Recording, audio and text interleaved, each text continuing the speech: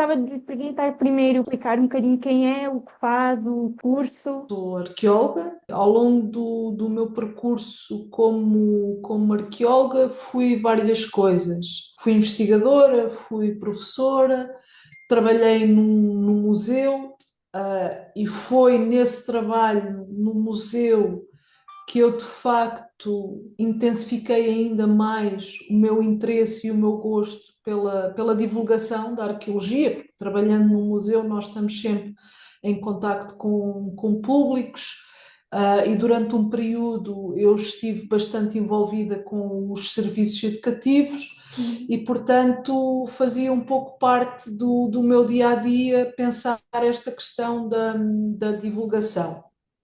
Mas eu sempre tive este gosto por divulgar a arqueologia para públicos não especializados, talvez até porque eu comecei a fazer arqueologia muito antes de ir para a faculdade, numa associação local, portanto, nós éramos todos amadores. E era uma forma de pessoas que não tinham formação na área, embora soubessem bastante de arqueologia, de alguma forma também estar em contacto com o tema, com o campo, fazíamos prospeções e tínhamos sempre contacto com investigadores e com outras instituições, embora sendo nós uma associação. E, portanto, como eu comecei por aí, na minha terra natal, em Vila Nova da Barquinha, eu fui desenvolvendo sempre este gosto e esta sensibilidade por divulgar aquilo que faço. E também porque como gosto muito daquilo que faço, né? Gosto de arqueologia, em particular a pré-história, portanto, a minha especialização sempre foi a pré-história e é nesse campo que eu me coloco como divulgadora. Também é porque eu acho o tema fascinante e eu acho que ele é do interesse das pessoas. O meu percurso confirma isso. De facto, as pessoas têm interesse pela arqueologia, gostam de saber mais e têm bastante interesse até não só pelos resultados do nosso trabalho, mas também pela forma como nós trabalhamos. E, portanto, eu passei também tive algum contacto com a arqueologia empresarial, preventiva, e fui fazendo esse percurso, tive uma interrupção na prática da arqueologia enquanto profissional, entre 2020 e 2024, eu trabalhei numa escola de comunicação, que foi uma experiência bastante interessante, que me permitiu aprender ainda mais sobre arqueologia, também me permitiu ter uma experiência de trabalho como gestora de ciência, que foi bastante importante para mim. E nesse interregno em que eu não estava, de facto, a trabalhar como arqueóloga, foi a altura que eu decidi voltar à universidade, estudar de novo e decidi estudar comunicação de ciência. Fiz o mestrado na Universidade Nova, que é um mestrado extraordinário, com excelentes professores, e permitiu-me ganhar toda uma série de conhecimentos, de competências, para realmente depois decidir dedicar-me a tempo inteiro à comunicação.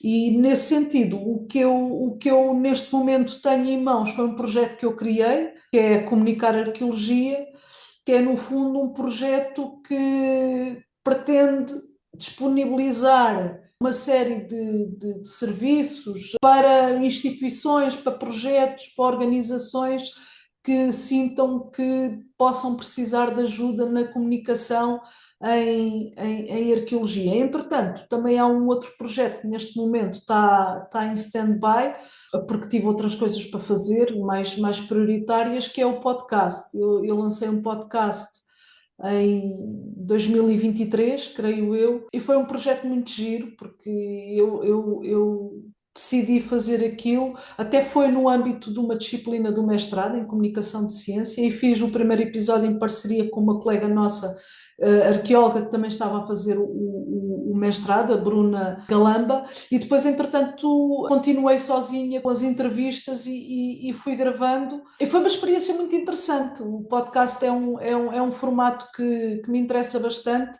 porque eu sou uma amante da rádio, de alguma forma tem algumas semelhanças com a rádio, não todas, mas é um formato que eu digo a toda a gente para apostar. É um formato que está em crescimento.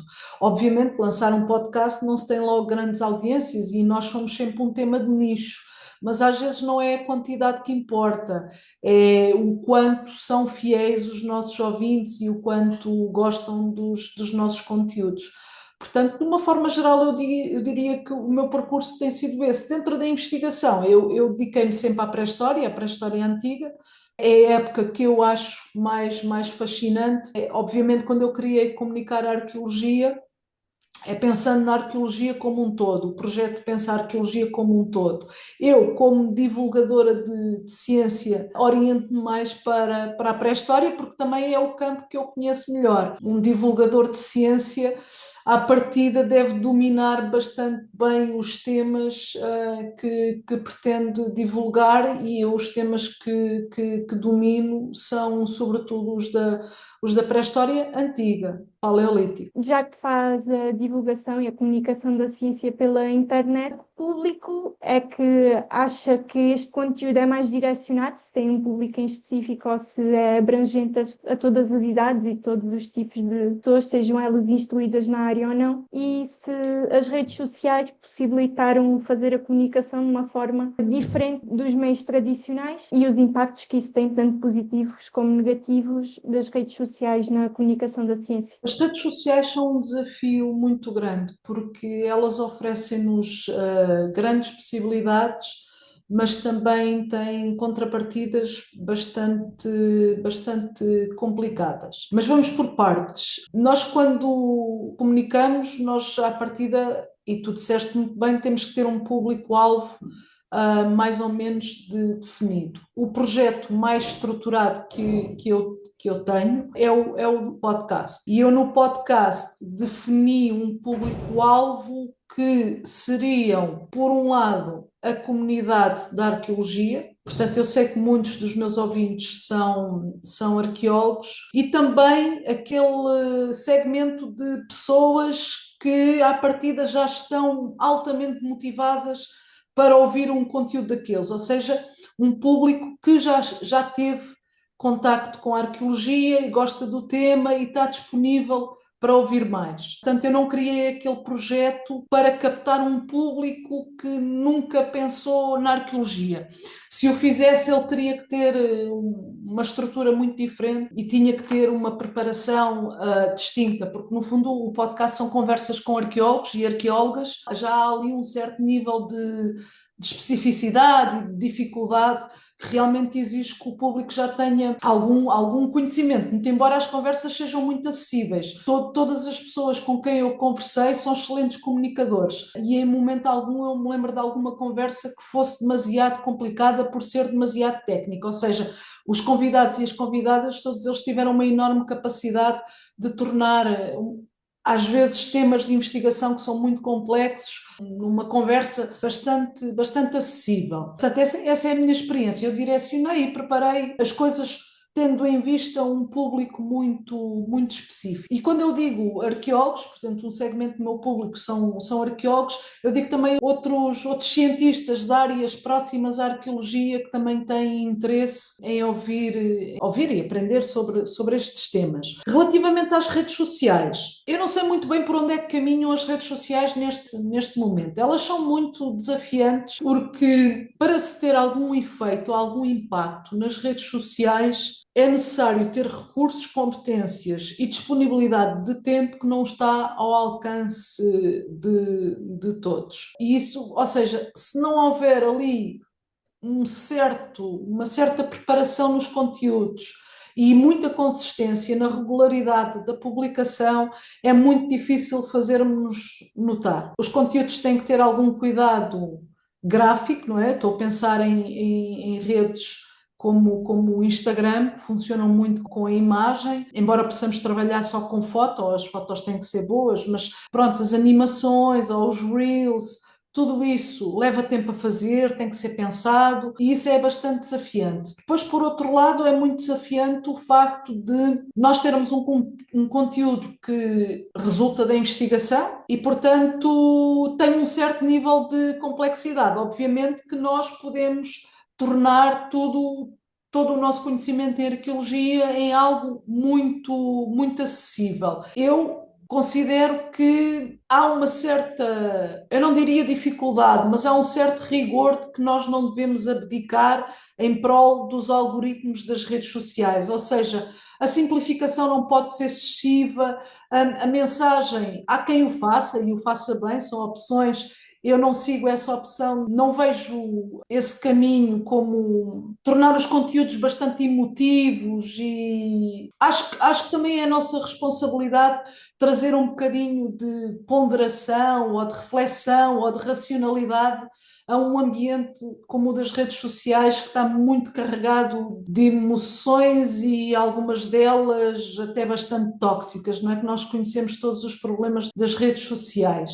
Portanto, elas têm essas dificuldades. O nosso conteúdo é um conteúdo que é conhecimento, que é aprendizagem, que é reflexão, e obviamente que isso não são coisas que os algoritmos promovam. Dito isto, não acho que seja opção desistir das redes sociais, acho que é bom termos presença, é exigente, porque para ter presença é preciso cuidar dela, é um desafio para os investigadores, para os arqueólogos, que têm imensas coisas para fazer e o tempo é escasso. É um desafio para as organizações, porque as organizações ainda têm que ter mais cuidado com aquilo que colocam nas redes sociais e, portanto, isso exige conhecimentos específicos, exige muita preparação e muitas vezes as instituições não têm equipa para conseguir fazer isso. Não tem necessariamente pessoas especializadas em comunicação e às vezes têm pessoas que sabem fazê-lo, mas ao mesmo tempo estão a apagar 30 mil fogos, porque nós todos sabemos como é que são as coisas no nosso país. E depois tive um problema muito grande com as redes sociais e foi um problema muito grande para as audiências do meu podcast e para todos os meus projetos. Eu tinha uma boa presença no Facebook e a minha conta foi cancelada por causa de uma fotografia. Quer dizer, o que eu consegui perceber foi uma fotografia que eu lá coloquei. O circuito para tentar reaver a conta era uma coisa completamente incrível e eu nunca mais pude voltar a ter conta no Facebook e pronto, e perdi muitos ouvintes do podcast.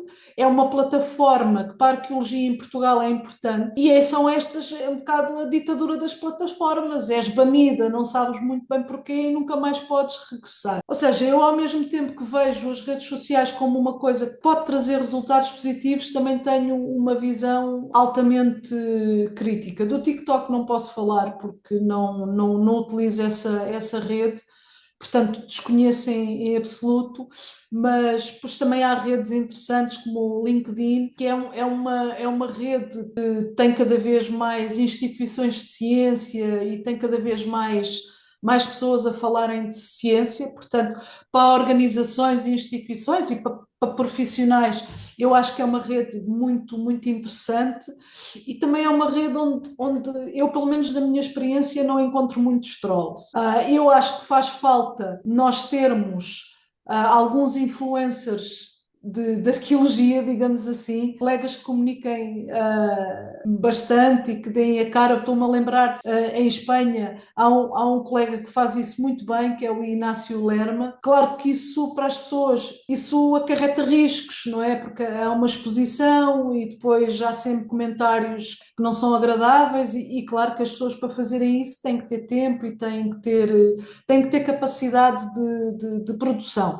Não é uma coisa fácil. Outra coisa que eu acho que é interessante pensar nas redes sociais é pensar as redes sociais como um fluxo, com uma estratégia de comunicação que tem uma continuidade e não acaba ali. Ou seja, nós podemos colocar lá conteúdos, porque temos que ter a consistência e temos que estar sempre a colocar vários tipos de conteúdos, mas é interessante se desenvolver uma linha condutora que leva as pessoas que estão na plataforma para fora da plataforma. Ou seja, o que é que eu quero dizer com isto? Eu acho que quando nós queremos fazer divulgação de arqueologia, como eu vejo isto, não é só porque queremos divulgar dados e conhecimentos, nós queremos levar este conhecimento à vida das pessoas, que eu pelo menos acho que aprender ou adquirir conhecimento é útil para as nossas vidas, é construtivo, ou porque nos faz refletir sobre nós, sobre o mundo, sobre os outros, sobre a natureza, ou porque realmente quando adquirimos conhecimento sobre ciências também estamos a adquirir ferramentas para o nosso dia-a-dia. E não me refiro só ao pensamento crítico. E eu acho que tudo isto, ou seja, esta forma de tornar o conhecimento realmente mais impactante na vida das pessoas e levá-lo para que ele seja não só uma curiosidade, mas uma mais-valia na vida das pessoas, eu acho que isso só acontece presencialmente. E por isso é que eu acho que as redes sociais são uma excelente, digamos, até podem funcionar como um teaser, são uma coisa que nós virtualmente estamos a falar para o mundo inteiro, mas se nós tivermos um plano, ok, eu agora tenho aqui a presença nas redes sociais, mas o que eu quero é que as pessoas venham visitar ou o museu, o que eu quero é que as pessoas venham a esta palestra, o que eu quero é que as pessoas venham a esta caminhada para visitar um sítio arqueológico. É quando estamos uns com os outros no contacto presencial que realmente as coisas são muito mais criativas, são mais produtivas e são transformadoras. E é desta forma um bocado como eu vejo as redes sociais. Não acho que seja algo que nós podemos dar ao luxo de descartar,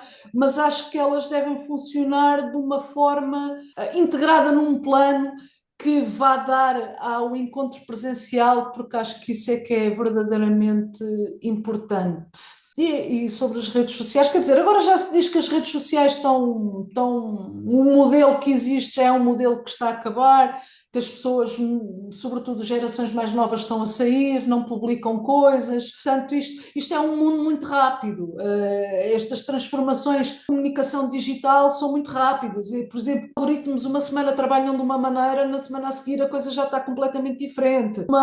Num mês aquilo que é melhor e tem mais engagement são os Reels, no outro mês são os carrosséis.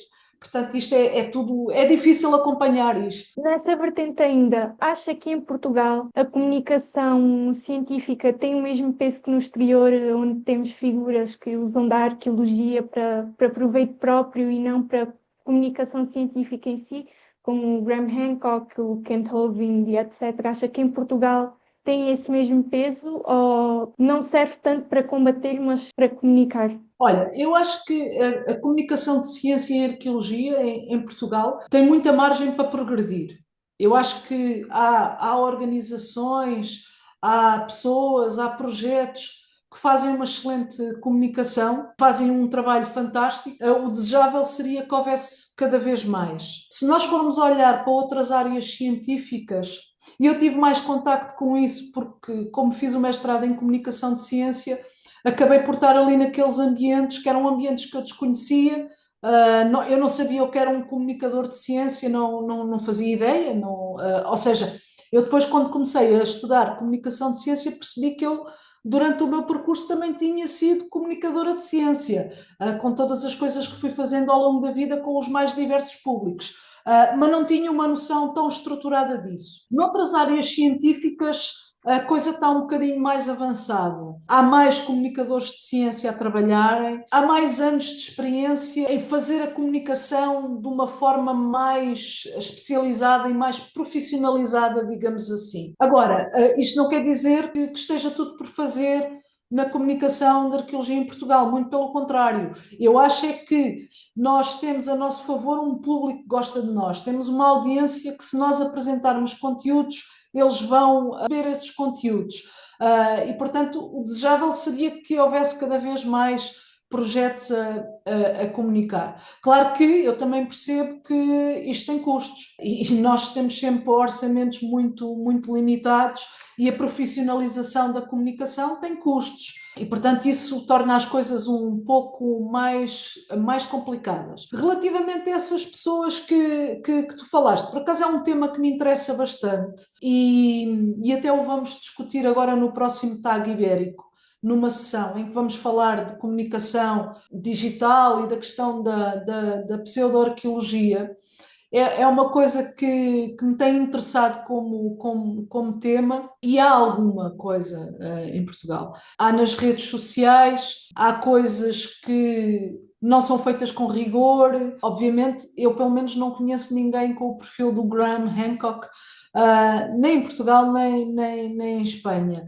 Mas são coisas às quais eu acho que nós devemos estar atentos, até porque esses movimentos de pseudo-arqueologia, eles têm uma agenda por trás. Às vezes não são só lunáticos. As pessoas têm uma agenda e têm uma agenda política. E, portanto, acho que é uma coisa, por exemplo, eu nas pesquisas que às vezes faço na internet, só para ver mais ou menos as coisas, eu vou encontrar coisas de arqueologia em sites muito pouco recomendáveis, em sites extremistas que se apropriam. Já encontrei ilustrações, já encontrei coisas, não é? Porque apropriam-se daquilo para narrativas completamente falsas e que estão longe de corresponder à verdade e que têm um propósito. E normalmente esse propósito é um propósito de exclusão, é um propósito de nacionalismo extremo, racismo, enfim. É por isso que eu acho que nós devemos estar atentos a estes movimentos e, sobretudo, nós devemos ocupar um espaço que, se não o ocuparmos, estas pessoas vão ocupá-lo por nós com coisas inqualificáveis. E o que é recorrente, pois há outra coisa que é recorrente nestes movimentos, não é? Que, aliás, é recorrente em todos os movimentos pseudocientíficos, é que eles são sempre os conhecedores de uma coisa que nós, arqueólogos mainstream, não queremos revelar, ou seja, eles têm depois uma agenda contra quem investiga, contra quem trabalha com rigor, com método e com ciência. E, portanto, eu vejo isso. Muitas vezes dizem, mas nós não vamos dar atenção a essas pessoas porque isso é dar-lhes palco. E eu isso percebo perfeitamente. Há uma série de colegas nossos a nível internacional que realmente interpelam essas pessoas e debatem e tudo mais. Eu compreendo que fazer esse tipo de coisa é extremamente desgastante, mas nós não precisamos de interpelar diretamente as pessoas e dizer, olha, mas o que é que tu estás para aí a dizer? Isso não faz sentido absoluto. Não é necessário fazer isso. É só necessário fazer a nossa parte, que é divulgarmos. Nem todos temos que o fazer, mas será desejável que uma parte de nós o faça. Aliás, eu lembro-me sempre de um congresso que eu fui sobre comunicação e em que um jornalista de ciência, eu fiz-lhe uma pergunta no congresso e o jornalista de ciência disse-me: vocês na arqueologia não têm um problema de audiência, têm um problema de concorrência. As pessoas adoram-vos, mas o que consomem é pseudo-arqueologia. Isto foi para aí há uns 4 anos que eu fui a este congresso e foi aí que eu comecei a interessar por este tema da pseudo-arqueologia, porque até aí tinha-me passado um bocado ao lado. E depois, realmente, quando ele me disse aquilo, tem um problema de concorrência, basta ir para as redes sociais e ver o que se lá passa. Epá, eu comecei a ver e realmente é tremendo, é tremendo, desde websites, e as contas têm dezenas de milhares de seguidores. Depois há websites que juntam a arqueologia às coisas paranormais. E fui lá encontrar artigos, depois eles fazem aqueles artigos que aquilo é uma coisa absolutamente conspiracionista, e encontrei lá artigos com base em arqueologia portuguesa, coisas completamente deturpadas, portanto é um mundo. Esse Graham Hancock é perigoso, é extremamente perigoso, e teve uma plataforma brutal com aquela produção da Netflix, que é lamentável, não é? Porque aquilo é falso do princípio ao fim. Relativamente a isto, sendo que a comunicação da arqueologia tem esse tal problema da concorrência, como é que você acha que deve ser o futuro da comunicação? Deve ser feita por pessoas especializadas e profissionalizadas na área da arqueologia ou da comunicação, ou também pode ter espaço para pessoas que não têm necessariamente formação, mas que têm interesse de participar na comunicação e na divulgação da ciência? Olha, eu acho que há lugar para todos. O princípio de tudo é que se faça com rigor e respeitando aquilo que são os dados que nós produzimos. Há pessoas que não são necessárias. Há excelentes projetos de comunicação de ciência, desde podcasts a websites, que são feitos por amadores. Porque pessoas têm um amor profundo àquele tema, leem sobre o tema, leem os artigos científicos, e preparam muito bem a comunicação. Eu acho que há espaço para essas pessoas, porque uma coisa é uma pessoa que adora arqueologia e lê e conversa com arqueólogos e tem acesso a conteúdos que são rigorosos e são de qualidade e depois tem prazer em comunicar aquilo. Eu não tenho problema absolutamente nenhum com isso, até acho muito bom, acho que é positivo. Depois, acho que nós, a nível da arqueologia no seu todo, talvez fosse interessante que nós começássemos a fazer o que já fazem outras áreas científicas em Portugal, em que integram nas equipas pessoas especializadas, comunicadores de ciência. O que é que o comunicador de ciência faz? O comunicador de ciência, no fundo, é um mediador, não se substitui ao arqueólogo, ou à arqueóloga, ou ao cientista. Eu considero que é sempre muito importante as pessoas darem a cara. Também compreendo que existam muitas pessoas que não querem ter essa visibilidade. Pessoas adoram conhecer pessoas e, portanto, é sempre bom.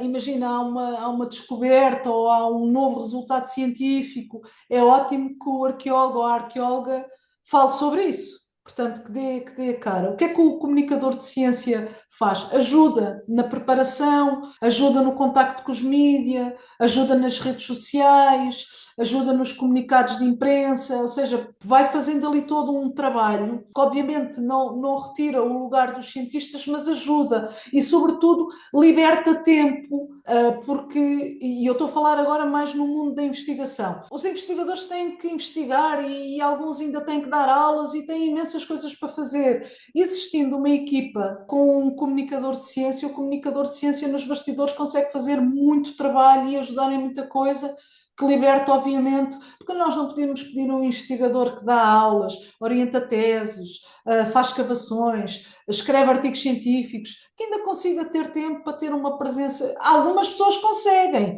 mas de facto é complicado. Depois, por outro lado, outra coisa, ou seja, ter organizações que tenham nas suas equipas pessoas com conhecimento especializado em comunicação de ciência, eu acho que isso seria muito importante para a arqueologia. Outra coisa que eu acho que era interessante era que todos nós, quando escolhêssemos estudar arqueologia, tivéssemos alguma formação, por curta que fosse, ou um semestre opcional, ou uma formação intensiva paralela, mas que quando se fosse fazer a formação curricular em arqueologia, houvesse a opção dos alunos terem formação em comunicação. Porque é muito importante. Eu não quero com isto dizer que todos nós agora temos que ser divulgadores e temos que ser comunicadores. Claro que não. Há pessoas que não têm disponibilidade, não têm perfil e está tudo bem. Agora, mesmo assim, a comunicação é todo um conjunto de competências que todos nós precisamos. Porque se nós não vamos comunicar com um público não especializado, nós temos que comunicar com os outros colegas. Somos muito mais bem-sucedidos se soubermos uma série de truques sobre como dar uma palestra, ou como fazer um PowerPoint, ou como promover um artigo nosso. Ou seja, eu acho que ter alguma formação, por curta que ela fosse, em comunicação é fundamental. Eu estou a pensar, por exemplo, os nossos colegas que dão a cara todos os dias de norte a sul. São os colegas que trabalham em arqueologia preventiva, estão nas ruas e são interpelados muitas vezes por pessoas ou têm que comunicar em contexto de obra com interlocutores que falam uma linguagem muito diferente da nossa e tudo isso é um desafio. Se nós tivermos alguma preparação, acho que facilita o trabalho em todas as vertentes da arqueologia. Estou a imaginar que colegas saiam do curso e consigam uma posição no museu, trabalhar no museu. Vai-lhes dar imenso jeito se eles já aprenderam alguma coisa de comunicação. E, portanto, acho que isso também seria uma mais-valia para todos nós e para a disciplina em geral. Quer adicionar algum comentário, alguma coisa que não tenha sido perguntada que gostaria de dizer? Não tenho novos episódios para divulgar porque só vou retomar o podcast em 2026. Mas eu aquilo que gostava de dizer é que, sobretudo, a malta mais nova que tem muito mais facilidade com estes ambientes digitais, que se dediquem um pouco à comunicação.